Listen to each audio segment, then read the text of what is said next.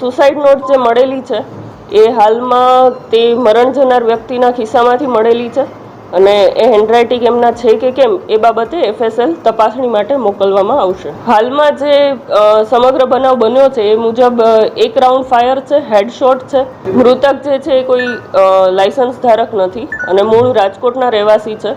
તો રાજકોટ કે અમદાવાદમાં એના નામે કોઈ વેપન લાયસન્સ વાળું એમના હોય એવું જાણવામાં આવેલ નથી. પોલીસ એ બાબતે તપાસ કરી રહી છે કે આ વેપન ક્યાંથી આવ્યું હતું, જે વ્યક્તિઓ મળવા આવ્યા હતા એ શા માટે મળવા આવ્યા હતા, એ લોકો સાથે એનો સંપર્ક કેટલો જૂનો છે, એની કોલ ડિટેલ અને એમને જે નજરે જોનાર સાહેદો છે, સીસીટીવી કેમેરા અને જે ટાવર ડમ્પનો ડેટા છે એ તમામના આધારે પોલીસ તપાસ કરી રહી છે. હથિયાર હજુ સુધી પોલીસને મળેલ નથી એટલે હથિયાર બાબતે હજુ સર્ચ ચાલુ છે.